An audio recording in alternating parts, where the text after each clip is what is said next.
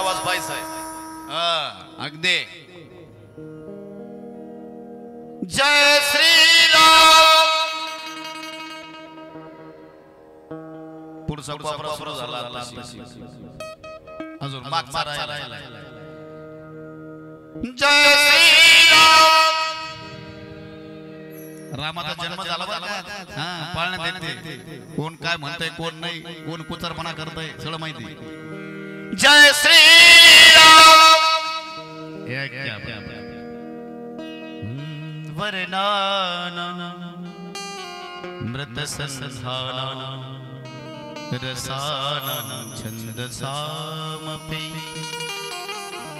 मंगलानाची करता वंदे वाणी विनायक भवानी शंकर वंदे श्रद्धा विश्वास रूपिणी बोलिए प्रभु रामचंद्र भगवान की गोपाल कृष्ण भगवान की कालच्या कथा भागामध्ये भगवान प्रभु रामचंद्रजी नाव्हाळ्याला नौका मागतात मागिनावन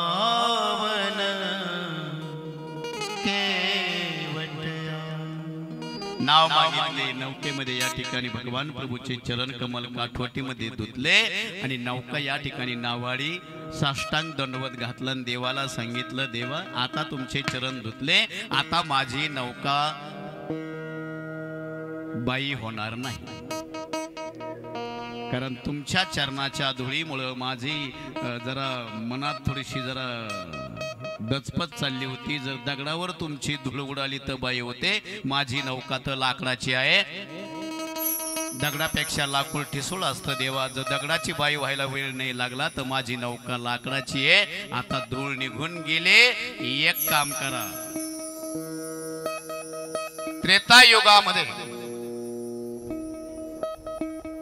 त्रेतायुगामध्ये एका नाव्हाड्याने या पठ्ठ्याने पाय धुतले होते असा अभिमान झाला नाही पाहिजे देवा मला सुद्धा अभिमान झाला नाही पाहिजे देवा मला मग असा आडवा झोपला फळीसारखा आणि मग सांगितलं देवा माझ्या पाठीवरती पाय द्या आणि मग नौकेत बसा अभिमान तोडून बसा कळलं का असा फळीसारखा झोपला फळीसारखा भगवान परमात्म्याने त्याच्या पाठीवरती चरण कमल ठेवले आणि आत प्रवेश केला महाराज लय गर्व ताठा नाही केला पाहिजे माणसाने आत बसले आणि आत बसल्यावरती अतिशय आनंद झाला प्रभूला आणि प्रभूला आनंद झाल्यावर मा सीता लखनलालजी आत बसले नौका निघाले आपल्या बी प्रपंचाची नौका अशीच निघती महाराज प्रपंचात अशी नौका निघते लाटावर लाटा उसळत्यात तर नौका आपली डगमग डगमग डगमग डोलते काहीच्या बघा ना महाराज प्रपंचिक नौकेमध्ये पहा ना महाराज प्रपंचिक नौका डोलल्याशिवाय राहत नाही परमार्थिक नौका पार गेल्याशिवाय राहत नाही फक्त आशीर्वाद पाहिजे निगमानंद बाबांची ज्याच्या जीवनामध्ये निगमानंद बाबाची आशीर्वाद त्याची नौका पैल तीराला गेल्याशिवाय राहायची नाही महाराज आज या नारळी सप्ताहामध्ये बाबा उपस्थित आहेत त्याची अनुभूती प्रत्येकाला येते ध्यान देऊ नाही का डगमगते नौका आणि ज्यावेळेस आपली प्रापंचिक नौका डगमगायला डोलायला लागेल त्यावेळेस आमचा वारकरी म्हणेल डगमग डोले माझी यायचं का तू थोडं यायचं काय डगमग डोले माझी पाण्यावरी नावरे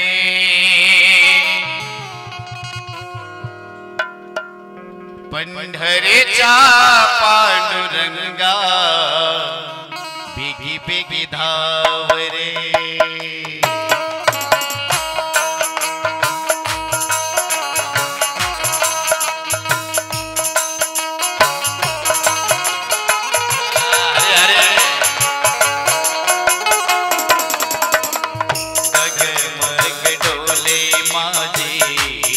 डगमग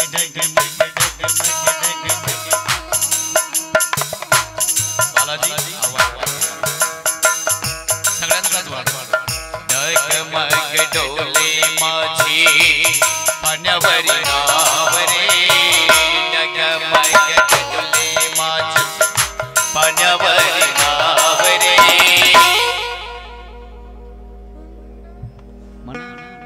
पंढरीच्या पांडुरंग बिगी बिगी धाव रे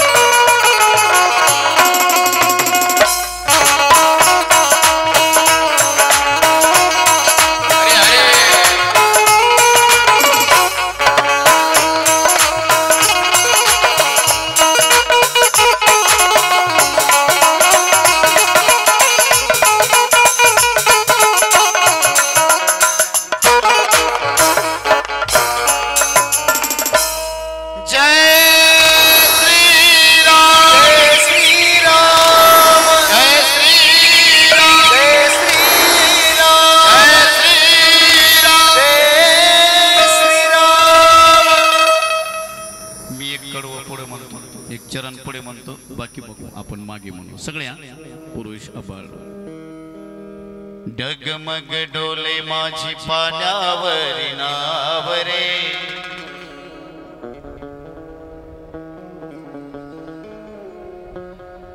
इंग्लिश मधून आहे का मराठी बरं मला वाटलं वर्डिंग इज इंग्लिश डगमग डोले माझी पाण्यावरी नाव रे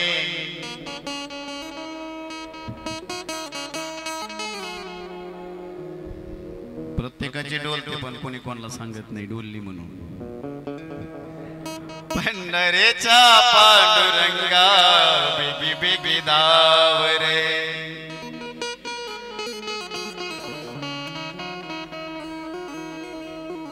तुला पाहण्यासे देवा जीव हा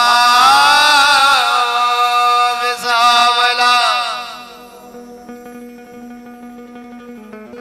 जाऊ द्या आलं लक्षात पंढरीच्या पांडुरंगा बेगी बेगी धाव रे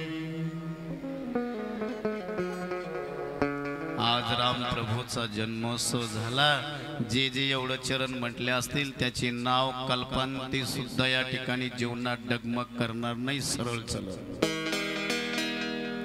जे नुसते कुचर कांद्यावाने बसलेत ना त्यांचं काय सांगता येत नाही भाऊ. त्यांचं काय गुत्त घेतलंय कोणी. जे देवाच्या कामी देव त्याचं काम करतो. इकडे केवट त्या ठिकाणी नौकेमध्ये बसला. त्याची नौका डगमगत चालले. भगवान प्रभू रामचंद्रजी म्हणाले, मध्येच नौका गेली केवटाने थांबिली. प्रभू रामचंद्रजी म्हणले, नौका का थांबली. तो देवाला म्हणतोय, देवा नौका थांबायचं कारण दिवसभर तुम्ही माझ्या ताब्यात आहे. कसं काय हो. दिवसभर सुट्टी नाही आज तुम्हाला नौकेतून. कारण मी राजाकडनं भिल्लांच्या राजाकडनं तुम्हाला मागून घेतलंय. अच्छा एवढा वस्ताद आहे भक्तीच्या मध्ये. असा हात पुढे केला कुणी. त्या केवटाने. माझा हात धरता का. केवट म्हणले, तुझा हात आता पाण्यात आपण मध्यंतरी ना तुझा हात धरायचा. मग हा तुम्हाला सांगतो ना, माझा हात धरता का. माझा हात धरला की मग गंगेचा काठ येईल, नाही तर मदिरा. तुम्हाला पावता येत नाही मला माहिती. काय म्हटलं केवट, तुम्हाला पावता येत नाही. लक्ष म्हणजे म्हणतात भैया याच्या डोक्यात काही फरक आहे का. तुम्हाला पावता येत नाही म्हणतोय तू. अरे मग खरंच आहे ना, मला कुठं पावता येत नाही. मुझे तारना नाही आता. मग दुसरं को तारना आता है. हिंदी मला पावता येत नाही, पण भवसागरातून पलीकडे नेण्याचं काम जीवाला माझ्याकडेच आहे ना लक्ष्मणा. त्याने असा हात पुढे केला. हात पुढे केल्यास तिथंच प्रभू रामचंद्राने नुसता असा हात धरल्याच गंगेचा सर्रकन काठ आला. म्हणून माणसाने सतत रामाचा हात धरावा. देवाचा हात कधीच सोडू नये. आणि ज्याने देवाचा हात धरला त्यांचे मंदिर आहेत. आणि ज्याने देवाला धरलं नाही त्यांचे दावे सुद्धा धरणात होत नाही. देवाला धरलं पाहिजे महाराज. आणि असं घट्ट धरायचं ना, बस त्या केवटासारखं घट्ट धरला हात. गंगेचा काठ पलीकडे आला. केवट खाली उतरला. देवा या माझ्या हातावर चरण ठेवा तुमचे.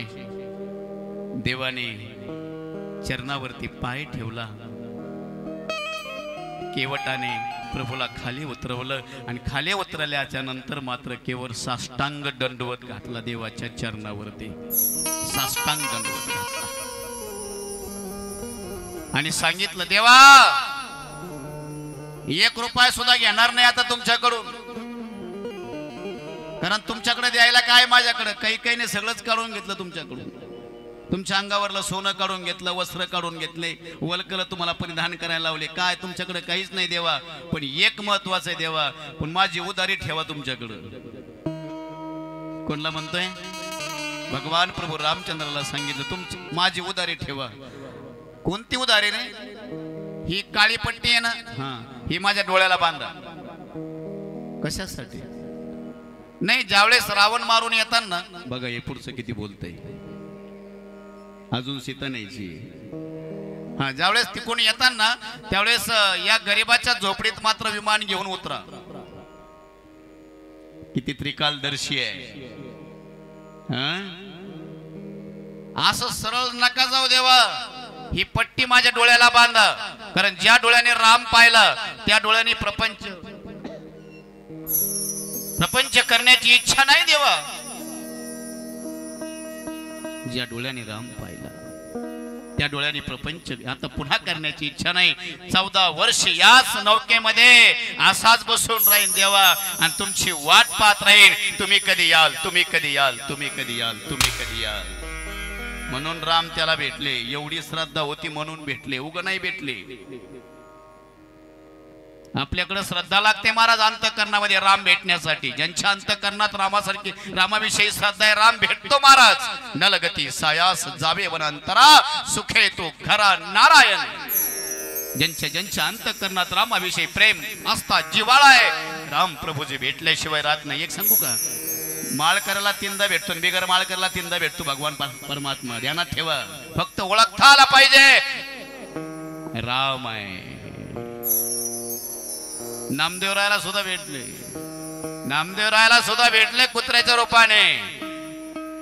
नुसती पोळी घेऊन पळत होते त्यावेळेस नामदेवराया पाठीमागे तुपाची वाटे घेऊन लागले. हे देवा अरे तुपाची वाटी इथंच आहे रे, नुसती काय पोळी घेऊन पळतोस? थांब थांब, मी तुला ओळखलं, थांब. ओळखता आला पाहिजे, हा परमात्मा आहे, हा ईश्वर आहे, हा देव आहे. एक वेळेस काय म्हणावं लागेल? जय श्रीराम, जय श्रीराम, जय श्रीराम, जय श्रीराम. भगवान परमात्म्याने केवटाच्या डोळ्याला आपल्या हाताने पट्टी बांधली, काळ्या रंगाची पट्टी बांधले. म्हणूनच त्या ठिकाणी शनीला काळं वस्त्र चालतं की काय करू. ते म्हणतात हे तुम्हाला कसं माहिती? देवस्थान माझ्याकडे शनीचं. काळी पट्टी बांधली, काळी पट्टी बांधल्यावरती सांगितलं, हे बघ 14 वर्षाचा वनवास संपून पाठीमागे आल्यावरती तुझी पट्टी खोल देवा, आणि ही पट्टी तुलाच खोलावं लागेल ना. इथं जन्मभर असाच आंधळ बसावं लागेल मला. इथं पट्टी बांधली. भगवान परमात्म्याने सांगितलं, या रामाचं तुला वचन आहे, ज्यावेळेस मी माग येईल त्यावेळेस माझ्या हाताने तुझ्या डोळ्यावरची पट्टी मी काढील. देवाने लय लोकांच्या पट्ट्या काढ्यात महाराज डोळ्यावरल्या. नाही म्हणणारे तिथे लय लवकर काढी तू. देव नाही देव नाही देव नाही म्हणणाराची लय लवकर पट्टी काढून घेतो तू. देव आहे देव आहे देव आहे देव आहे देव आहे देव आहे देव आहे. विचारे मना तो शोधून पाहे, विचारे मना तो शोधून पाहे, विचारे मना तो शोधून पाहे, विचारे मना तो शोधून पाहे. देव आहे, देव आहे, देव आहे, देव आहे, देव आहे, देव आहे, देव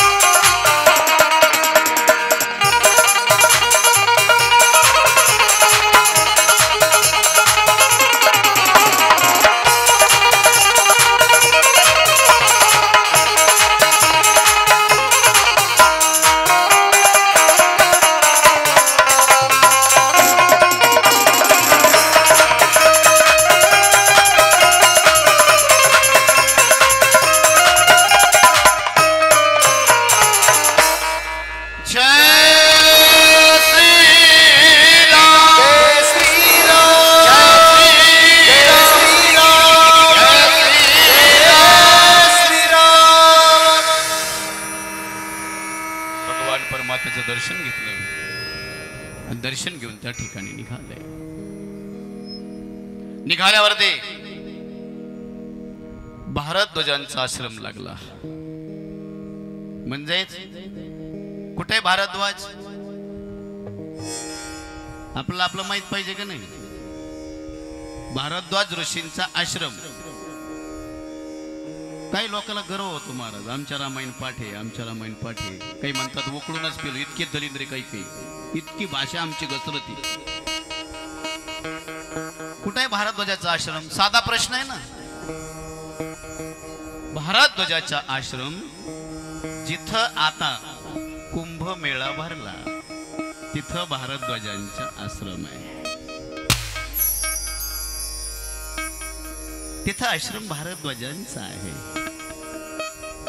तिथं आले भगवान प्रभू रामचंद्रजी. भारद्वाजाने अतिशय आनंद वाटला, त्यांची पाद्य पूजा केली, अतिशय सेवा केली, आनंदाने सेवा केली. आणि सेवा करून झाल्यावरती मात्र अतिशय आनंदाने भारद्वाजांची या ठिकाणी दर्शन घेऊन भगवान परमात्मा त्या ठिकाणी भारद्वाजांना आपला अतिथी देवो भवचा या ठिकाणी आशीर्वाद दिला. अतिशय आनंद झाला. भारद्वाज ऋषी अतिशय पुलकित झाले, आनंदित झाले. देवा, तुम्ही या भारद्वाजाच्या आश्रमामध्ये म्हणजे प्रयागराज मध्ये तुम्ही आलात.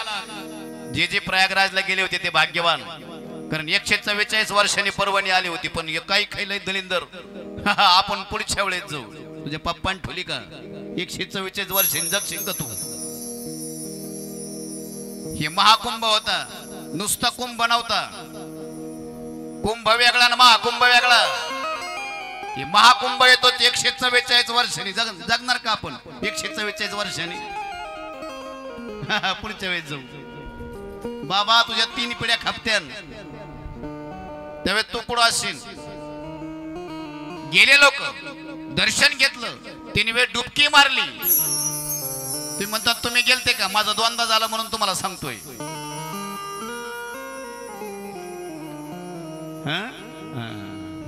भारद्वाजाचा आश्रम अतिशय सुंदरपणे या ठिकाणी त्या आश्रमामध्ये भगवान परमात्म्याचा त्या ठिकाणी यथोचित सन्मान झाला सत्कार झाला अतिशय आनंदाने कंदमूळ या ठिकाणी फळं खाल्ले भगवान परमात्म्याने आणि तिथून पुढे भगवान प्रभू रामचंद्रजीने भारद्वाजांना विचारलं रस्ता सांगा देव संतांना रस्ता विचारतो आपण कोणाला विचारला पाहिजे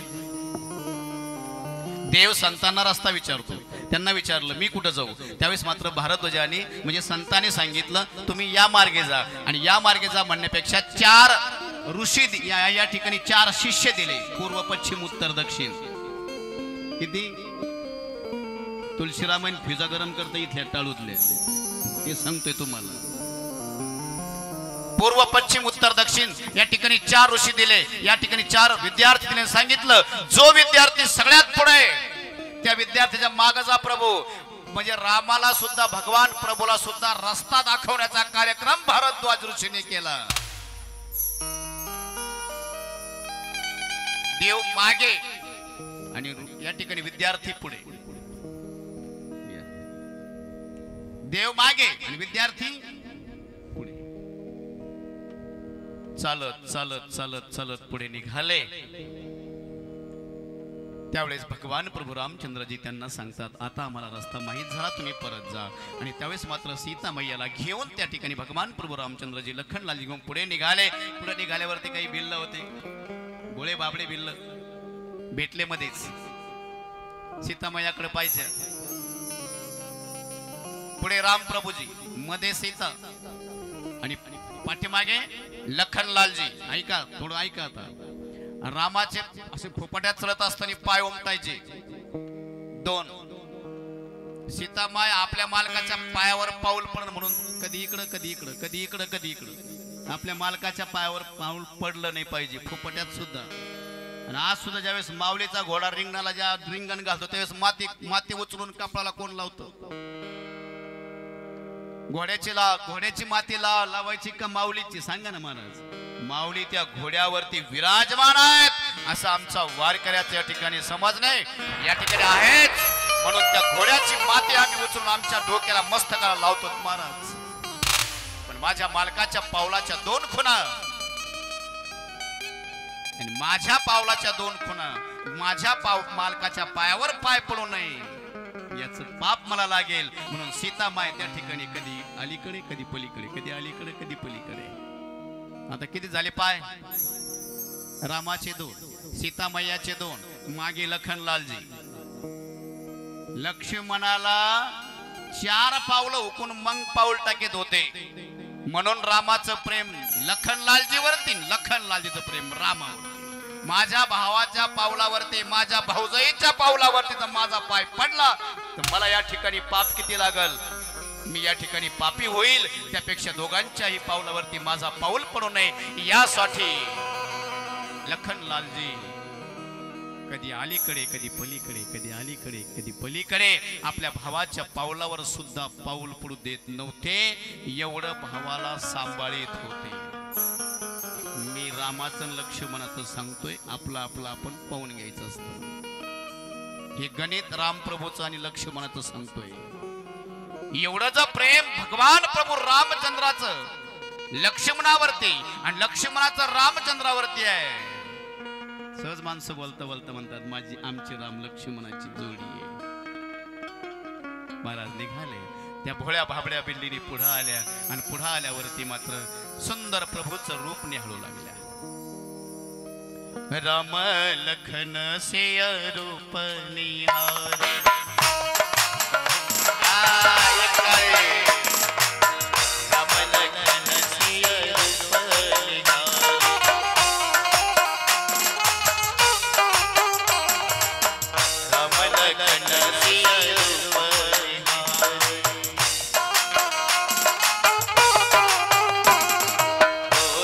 Yes.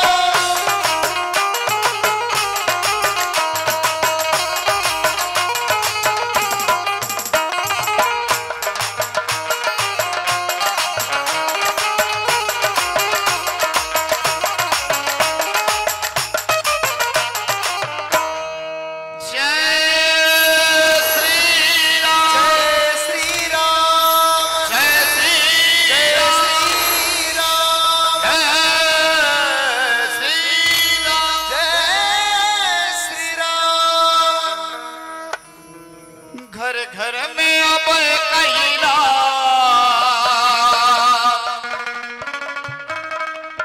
घर घर में अब कहिला एक ही नारा गूंजेगा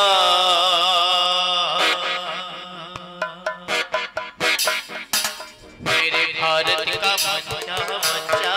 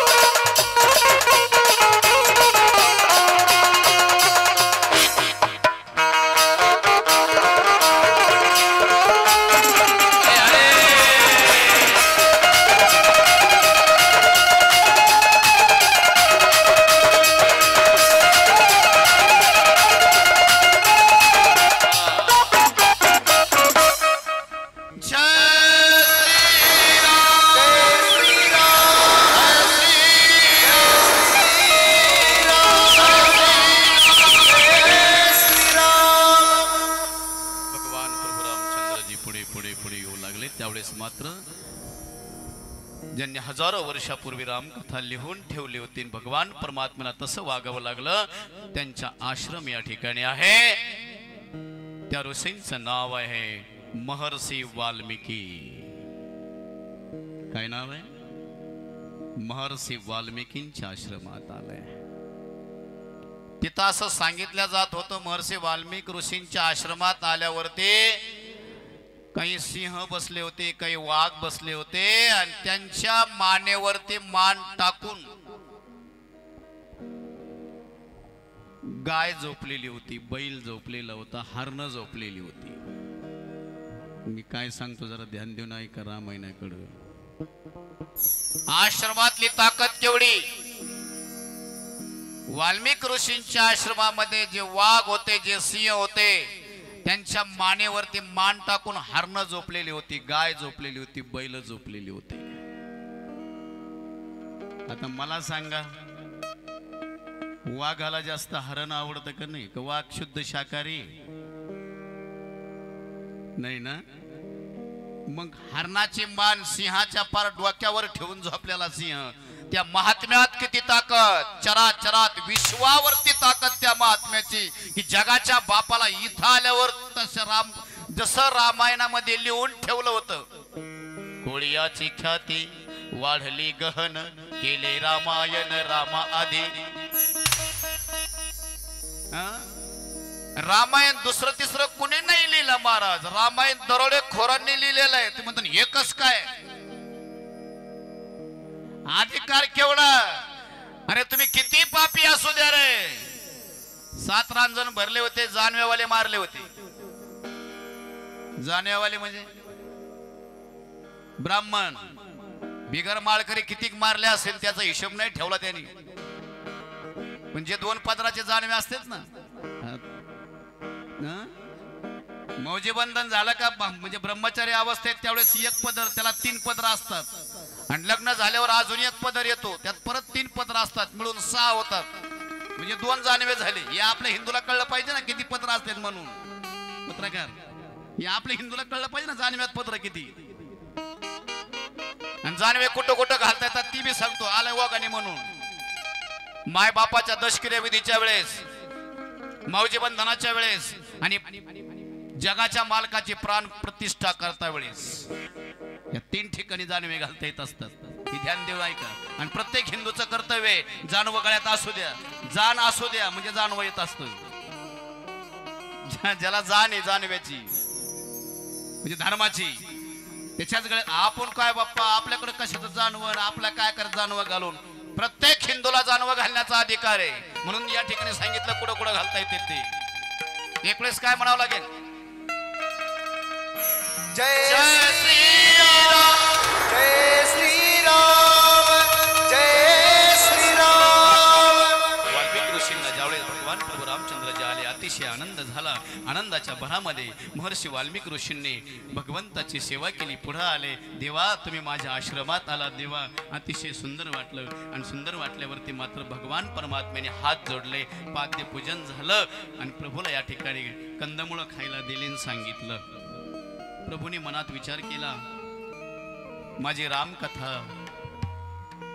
ज्या वाल्याने लिहिले ते वाल्याचे वाल्मिक ऋषी झाले. हात जोडले महाराज. आणि नम्रता महत्वाची असते बरं का. माणसाने लय मुजर नाही राव. थोडं फार जर येत असलं ना तर लय मुजर, लय छातड काढून नाही चालव माणसाने. जरा नम्र झालं पाहिजे. नम्र झाले भूतातेने कुंडिले अनंत. ऐका ना, प्रभू रामचंद्राने हात जोडले वाल्मिक ऋषींकडे सांगितलं, आम्हाला राहण्याचं ठिकाण सांगा. ऐका, ध्यान देऊन ऐका. आता भारद्वाज ऋषींना सांगितलं, जाण्याचा रस्ता विचारला. बाबर का, आता भारद्वाज ऋषींना जाण्याचा रस्ता विचारला आणि वाल्मिकीजींना राहण्याचं ठिकाण विचारलं. का? रस्ता माहित आहे भारद्वाजांना, प्रयागराज मध्ये त्यांचा आश्रम आहे. इकडे वाल्मिकीजींना विचारतात राहण्याचं ठिकाण. त्यावेळेस वाल्मिक ऋषींचे या ठिकाणी उत्तर आहे, काय देवा, अरे तू कुठं नाही सांग आणि मला विचारतो कुठं राहायचं. माझी परीक्षा घेतो का रे देवा? तुझं रामायण मी लिहिलंय, याचा अर्थ माझी परीक्षा घेतो का रे देवा? मी रामायणात लिहून ठेवलंय, तू कुठं राहणार आहे? तूच पानं उचकायचे आता. तर त्या या ठिकाणी वाल्मिकीजींच्या रामकथेमध्ये लिखाण काम करून ठेवलं होतं. चित्रकूटावरती मंदाकिनीच्या तटी, मंदाकिनी नदीच्या तटी भगवान प्रभू रामचंद्राला राहायचंय. किती वर्ष राहायचंय त्याचं कॅल्क्युलेशन सुद्धा तिथंच आहे. आता रामप्रभूजी बरेच जण चित्रकूटला गेले असाल, किती वर्ष राहिले असतील? रामायण पाठ जरा बारकावे पाठ करीत थोडे फार प्रमाणात. किती वर्ष राहिले चित्रकूटावर? चला सांगतो, लई परीक्षा नाही घेत. 11.5 वर्ष भगवान प्रभू रामचंद्रजी चित्रकूटावर राहिले. किती?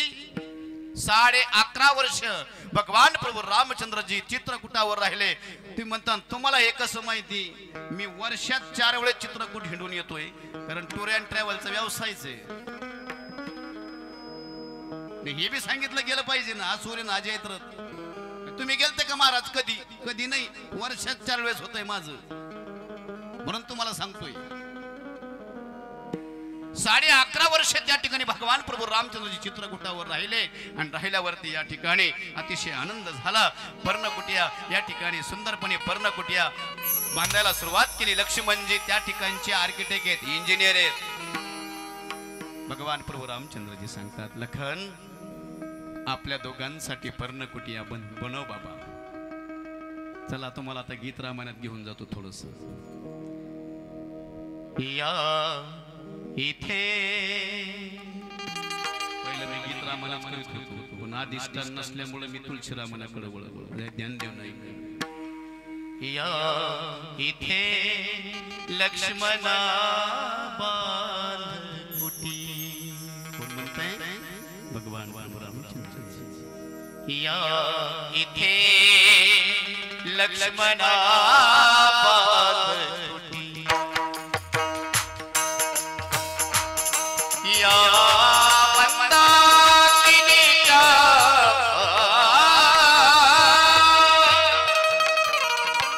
या मंदाकिनीच्या तटनगटे. या मंदाकिनीच्या तटनगटे. या इथे लक्ष्मणा बांधती. या इथे लक्ष्मणा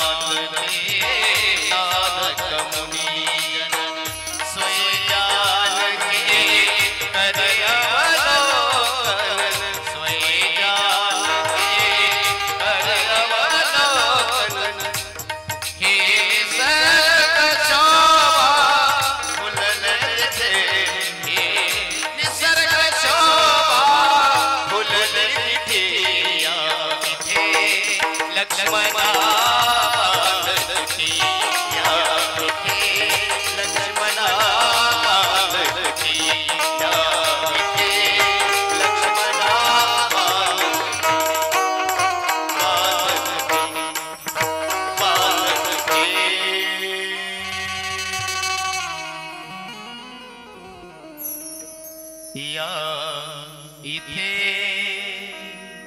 देवाने सांगितलं लक्ष्मणा पर्णकुटी बांध.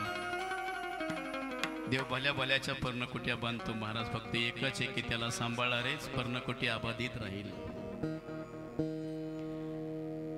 लक्ष्मणजीने पर्णकुट्या दोघांसाठी बांधल्या. सुंदरपणे या ठिकाणी राहू लागले आणि राहत असताना मात्र एक महत्वाचं झालं. सुमंतजी इकडे भगवान राहू लागले. सुमंतजी अयोध्येच्या दिशेने आले आणि अयोध्येच्या दिशेने आल्यावरती मात्र अयोध्या नगरीमध्ये चोहीकडे शांतता, शांत वातावरण पसरलेलं. डायरेक्टली सुमंतजी दशरथजी महाराजांच्या महलामध्ये गेले. दशरथजी महाराजांनी सुमंत आलेला पाहिला आणि दशरथजीने आपले डोळे वरती केले. खूप बहुनात आहेत महाराज दशरथजी आणि कापऱ्या आवाजात म्हणाले, सुमंत माझा राम कुठे?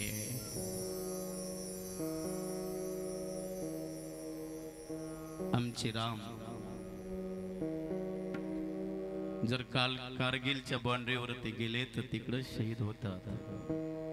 त्यावेळेस त्या मायबापाची काय अवस्था असेल महाराज. दशरथजीने फक्त सुमंताकडे पाहिलं. यावेळेस विचारलं माझा राम कुठे, राम कुठे म्हटल्याच हंबरडा फोडला दशरथजीने. अरे सांग ना, तुला मी म्हटलं होतं यांना या ठिकाणी 14 दिवस फिरवून आण. आज 6वा दिवस आहे, माझा राम आला. माझा लक्ष्मण आला का, माझी सीता आली का. त्यावेळेस मात्र सुमंतजी सांगतात 14 वर्षाच्या अगोदर अजून कुणीच येणार नाही माग. तुम्हीच तुमच्या मंडळीला 2 वर मागायचं सांगितले, पुन्हा म्हणता मला राम आला का म्हणून. 14 वर्षाच्या अगोदर कुणीच नाही येणार असा मला रामाचा आदेश आहे. काय निरोप आहे, आदेश आहे मला रामाचा, निरोप सांग म्हणून. एवढ्यामध्ये कौशल्य माता जवळ आहेत, सुमित्रा जवळ आहे. राम प्रभूजी अयोध्येतून बाहेर गेलेले 6 दिवस झाले होते. किती दिवस झाले होते, 6 दिवस झाले होते. बस कौशल्य मातेकडे पाहिलं, कौशल्यकडे पाहिलं. कौशल्य, जीवनामध्ये या ठिकाणी जर राम नसेल तर मला जीवन जगून तरी काय ठीकच. म्हणून माणसाच्या जीवनातला राम कधीच निघून जाऊ नये. ज्याच्या जीवनात राम आहे त्याच्या जीवनात आनंद आहे. आणि आपला राम जर अबाधित ठेवायचा असेल तर रामाला सांभाळलं पाहिजे, रामाची सेवा केली पाहिजे. रामाचं राम म्हणून किमान एकदा तरी रामकृष्ण हरी उठातून बाहेर काढलं पाहिजे. तो तुमच्या जवळच आहे. मंथुनी नवनीत तैसे गे अनंत, वाया व्यर्थ कथा सांडी मार्ग. राम तुमच्याच जवळ आहे रे, राम लांब नाही. 6 वेळेस रामाचं नाव घेतलं. कौशल्य, जर माझा राम 14 वर्षांनी या ठिकाणी येणार नाही तर हा दशरथ राहणार. इथं दुहा आलेला आहे, सांगतो तुम्हाला. दशरथजीच्या मुखारविंदातून रामाचं 6 वेळेस नाव घेतलं. राम राम कही, राम राम कही राम, तनु परि हरि रघुबीर राव, पहुँचे रे सुरधा.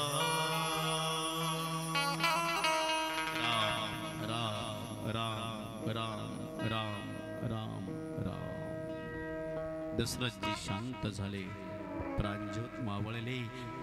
कौशल्य मैया पुढे आल्या आणि पुढे आल्यावरती विचार बघितलं तर आपले मालक शांतपणे डोळे मिटलेले आहेत, शांत आहेत. हात लावून उठवायचा प्रयत्न करत आहे. महाराज उठा, उठा महाराज उठा. शांत झाले आणि शांत झाल्यावरती मात्र हंबरडा फोडला कौशल्याने, सुमित्रेने हंबरडा फोडला. महाराज दोन्ही नेत्राला या ठिकाणी घळघळ घळघळ अश्रूंच्या धारा वाहू लागल्या. चोहीकडे वार्ता पसरली. पूर्ण अयोध्या नगर त्या ठिकाणी रडू लागलं. अतिशय व्याकुळ जनता जनार्दन, अतिशय व्याकुळ शोककळा पसरले. भरत मामाच्या गावाकडे गेलेले आहेत.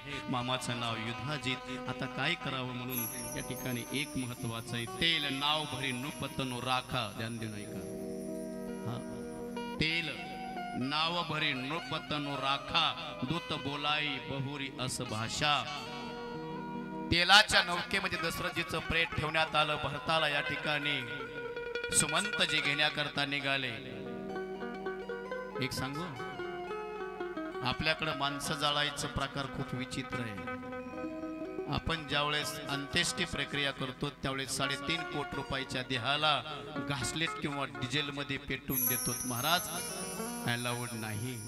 मन पुन्हा म्हणायचं की आम्हाला गेल्यापासून लईच तकतकीन, लईच या ठिकाणी आमच्या घरात लईच तारांबळी चालल्यात. फक्त तेलामध्येच ऐका ना, फक्त गोड तेल अलाउड आहे. मरता वेळेस गोड तेल काय अलाउड आहे. राम प्रभू निघून गेल्यावरती, दशरथजीचं प्राणोत्क्रमण झाल्यावरती त्यांचं प्रेत तेलाच्या नौकेत ठेवण्यात आलं होतं. म्हणून वरून प्रेताच्या वरून घासलेट किंवा डिझेल टाकीत जाऊ नका. फक्त गोड तेल टाकण्याचा आपल्याला या ठिकाणी मुभा दिलेली आहे रामायणाने. पण आपल्या गावात डिझेल मारणारा स्पेशलिस्ट असतो तो रामकृष्ण. आपलं तर जवळच पेटलं बा तेल आलं पत्रकार चिपरंग घेऊन सुद्धा एक वेगळं फंक्शन असतं. जे 3 गाडीला भोक्षे पाडतात ना, तो माणूसही वेगळाच असतो. डिझेल मारणारा वेगळा, सरण रचणारा वेगळा. फक्त आपल्या शरीरावरती, आपल्या बॉडीवरती, आपल्या प्रेतावरती फक्त तेल अलाउड आहे, डिझेल नाही. मग काय होतं? त्या व्यक्तीला मोक्ष प्राप्तीचं साधन प्राप्त होत नाही. म्हणून डिझेल नकोय, घासलेट नकोय. जुन्या काळात म्हण होती, जाऊन दे त्याच्यावर घासलेट पडो. आणि पुन्हा आपण घासलेट आणि डिझेल मारायचं. अरे याची किंमत खूप मोठी आहे, 3.5 कोटी रुपयाचं. हे फुकट दिलेलं त्यांनी. किती रुपयाचं आहे? हे 3.5 हाताचं आहे प्रत्येकाच्या. जर मोजलं तर 3.5 कोटी रुपये किमतीचं आहे. सुमंतजीने या ठिकाणी बोलावून आणलं. या ठिकाणी भरतजीकडे निघाले, मामाच्या गावी युधाजितकडे. भरताला वार्ता या ठिकाणी संध्याकाळी स्वप्न पडलं की विचित्र स्वप्न पडलं. विचित्र स्वप्न पडता क्षणी पहाटेच या ठिकाणी सुमंतजी हजर. सुमंतजी आले आणि सुमंतजी आल्यावर सांगू लागले की तुम्हाला तात्काळ अयोध्येला यावं लागेल. भरत तात्काळ अयोध्येला या ठिकाणी निघाले, परंतु सुमंतजी काहीच बोलत नाही. रडू लागले सुमंतजी. त्यावेळेस मात्र भरताने विचारलं का रडता? त्यावेळेस मात्र सुमंतजीने एकच सांगितलं, येत असताना भरपूर वारं होतं आणि त्यातला पाला पाचोळा माझ्या डोळ्यात गेल्यामुळं मला जास्त रडू येतं. पण दशरथ गेलेत, महाराज गेलेत हे सांगितलं नाही. पण रात्री स्वप्न पडत होतं. भरताच्या अंगाला काळ्या वस्त्रात, काळं वस्त्र नेसलेली स्त्री तेल लावित आहे. हे या ठिकाणी भरताला संध्याकाळी स्वप्न पडलं होतं. असं जर स्वप्न कोणाला पडलं तर समजून घ्यावं अपशकुन होणार आहे. सकाळी उठल्याच. अजून एक सांग का, शिवपुराण करतो म्हणून त्याच्यात एक पेज आलेलं आहे. जर दिवसा लोकाला समज, दिवसा एखाद्या व्यक्तीला जर असं सूर्य गायब झालेला दिसला आणि फक्त दिसती या ठिकाणी चांदण्या दिसले तर समजून घ्यावं हे 7 दिवसात जाणार आहे. किती? 7 दिवसात जाणार आहे. अजून सांगू का? चला बोलतो, आलय वगाने म्हणून सांगतो. एरवी स्वतःचीच त्वचा, पत्रकार, एरवी स्वतःचीच त्वचा जर अति निरखलेली असेल किंवा स्वतःची त्वचा अतिशय अति पिवळी पडली तर समजून घ्यावं 7 दिवसात मारणार आहे. आता पुढचं नाही सांगत तर माणसं घाबरते. आणि हे मी माझ्या पदार्थ नाही सांगत, पुराव्यानिशीच बोलत असतो कुठं बी गेलं तरी. हे शिवपुराणात सांगितलंय महाराज. आणि शिवपुराणात हे सांगण्याची गरज आहे लोकांना, म्हणजे लोक ठेपेवर येत असते. झाकून काय करत आणि कोणाकरता झाकायचं महाराज? जे जे आपणास ठावे ते ते त्रास सांगावे, शहाणे करुणी सोडवावे, सकळ जन एक वेळेस रामाचं नावाने टाव फोडायचं. जय श्रीराम, जय श्रीराम, जय श्रीराम, जय श्रीराम, श्रीराम, जय श्रीराम. मला इथं आल्यावरती समजलं की हा आनंदी सोहळ्यामध्ये जेवढ्या नंदेवालीच्या कन्या बाहेर गावी गेल्या होत्या तेवढ्यांना सगळ्यांना निमंत्रण देऊन बोलवून आणलंय. जेवढ्या कन्या आल्या त्यांच्यासाठी मी टाळी वाजवणार आहे. कारण आपला हा संप्रदाय टाळीचा आहे. ते म्हणतो प्रमाण सांगतो ना, टाळी वाजवावी गुढी उभारावे, टाळी वाजवावी गुढी उभारावी, वाटते चालावे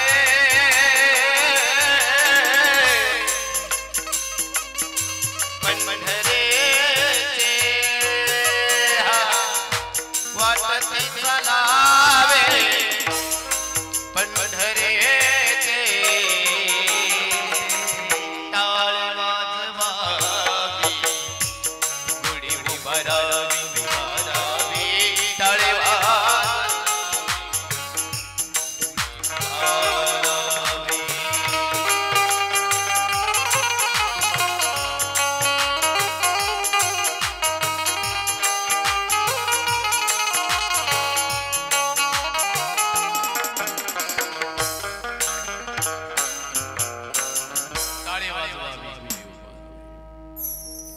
भरत जी आले, आल्यावरती मात्र पहिले कौशल्याच्या मौलामध्ये गेले महाराज. मुलगा कोणाचा आहे? कैकेयीचा का कौशल्याचा? मग कोणाच्या मौलात जायला पाहिजे? आईकडे जायला पाहिजे की नाही? पण हे विषाच्या वेलीवर अमृताचं फळ लागलेलं नाही कळलं. विषाच्या वेलीवर अमृताचं फळ. एका जणाच्या शेतामध्ये असे मस्तपैकी भोपळे उगले होते. एक असं रस्त्याच्या कडेने भोपळे महाराज, पण एक भोपळं कोणी नेत नव्हतं. कमून माहितीये का? ते सगळेच कसे होते? लय शेतकरी हुशार देऊ. पण हे विषाच ऐका ना महाराज, अमृताच्या वेलीवरती या ठिकाणी अमृताचं फळ लागतं आणि विषाच्या वेलीवरती 20 रुपये फळ लागतं. इथं उलट झालं महाराज. इथं 20 रुपये वेलीवरती अमृताचं फळ लागलं. भरतजी धावत पळत, शत्रुघ्नजी धावत पळत गेले कौशल्याच्या महलामध्ये. पाहतात तर कौशल्याची अवस्था पाहिली आणि कौशल्या मातेने पहिल्या वेळेस या ठिकाणी शब्द बाहेर काढले, आलास भरता. ज्यावेळेस अयोध्या नगरीचा ध्वज अर्धा पाहिला त्यावेळेस मात्र भरताच्या लक्षात आलं की माझे पिताजी गेलेत. आईच्या चरणावर नतमस्तक झाला. आई, या प्रकरणामध्ये माझा काही संबंध नाही असं म्हटल्याच या ठिकाणी घळ घळ घळ घळ अश्रू मोकळे केले. कौशल्या माय भरताला कडकडून मिठी मारली, शत्रुघ्नाला कडकडून मिठी मारली. बाळा, तुमचा दोघांचा काही दोष नाही बाळा. दोष असेल तर माझ्या कर्माचा दोष आहे. दोष असेल तर माझ्या कर्माचा दोष आहे असं म्हटल्याच अतिशय व्याकुळ झाल्या. आणि व्याकुळ झाल्यावरती मात्र तिथेच मात्र सर्व हकीकत समजली. समजल्यावरती शत्रुघ्नजीचा स्वभाव अतिशय रागिष्ट. दोघ जण कैकेयीच्या महलात गेले तर कैकेयीच्या हातामध्ये ताट होतं, ताट निरंजनीचं. कशासाठी? पोराला वावळायला. आईच्या हातात ताट आणि स्वतःच्या मालकाचं प्रेत. काय घे काही फुगडे बिगडे घ्यायचे का? 5 मिनिटं घ्यायच्यात का? Okay okay okay. एक काम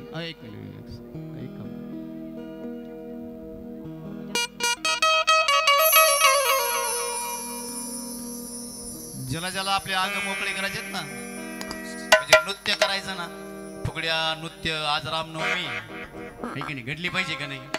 शाबास गोविंद, माझ्यात बेसन इकू कमी पडलाय आणि थोडासा 2 पॉइंटने डिले एकदम भारी होईल.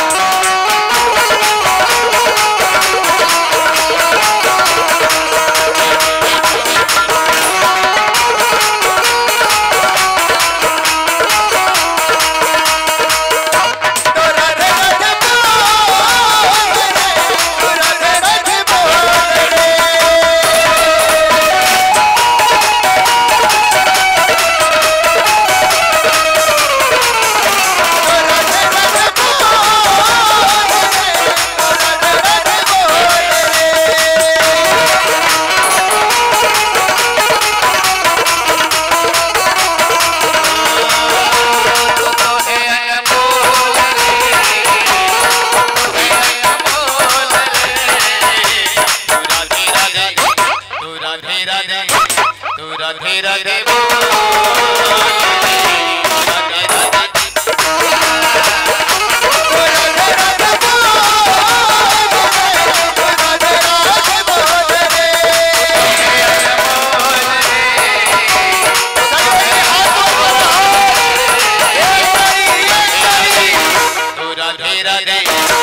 राधे राधे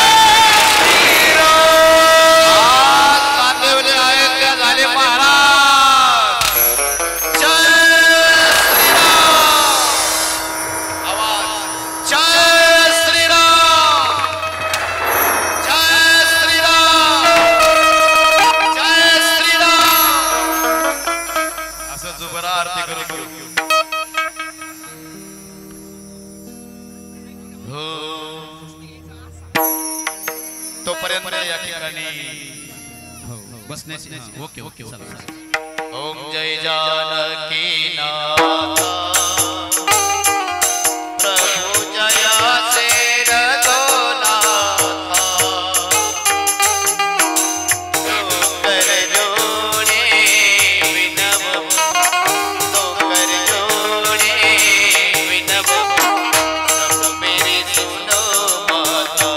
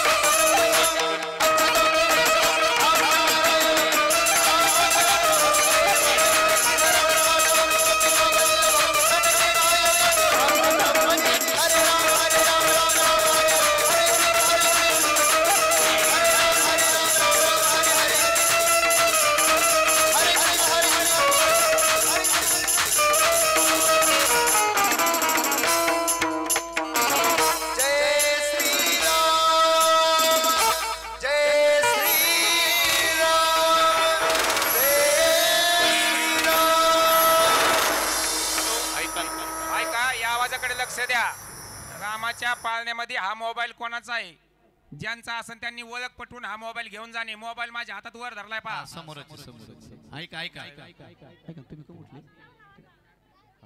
ऐका ना, गोड हरिनामाची साखर जी आहे ती आजपर्यंत तुम्ही ऐकली नाही. मला तुम्हाला ऐकवायची आहे, म्हणून जिथं तुमची जागा आहे तिथं बसा. आणि कथा भाग असा असतो ज्या ठिकाणी तुम्ही कथा ऐकली तिथं परत बसावं लागत असतं. खाली बसून घ्या. ऐका ना, फक्त तुम्हाला मी गोड हरिनामाची साखर या ठिकाणी महिला मंडळाने आणि खाली ऐका, बसून घ्या. हे संपलं ना की 10 मिनिटात तुम्हाला ग्रंथ दर्शन आणि संत दर्शन आज रामनवमीचं भेटणार आहे. तुळशी रामाचं दर्शन आणि संत दर्शन 2 मिनिटामध्ये. बसा खाली. ओय बाबा लवकर केज कमिटी गादी घेऊन या. ए राजा चल चल चल चल चल लवकर चल.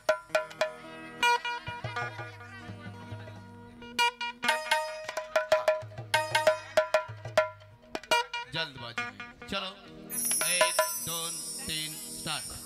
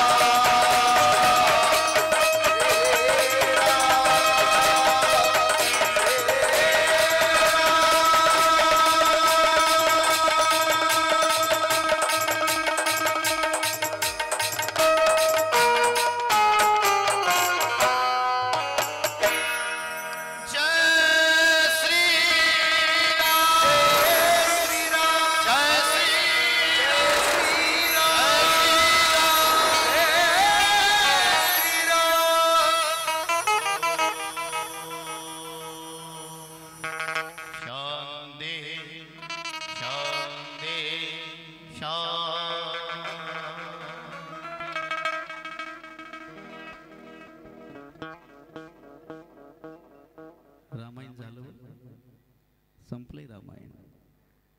आता उठायचंय, ग्रंथाचं दर्शन घ्यायचंय आणि शांतपणे दर्शन घ्या. गडबड गोंधळ करू नका. मी इथं बसतो वर या ठिकाणी. चालेल, इथं बसतो वर. नाही नाही, इथं. हॅलो. चल. या ठिकाणी आता आरतीला कोणतरी आलं होतं जोडीत, त्यांच्या कोणाच्या तरी गोळ्या इथं पडल्यात. ज्यांच्या असतील त्या गोळ्या घेऊन जावे.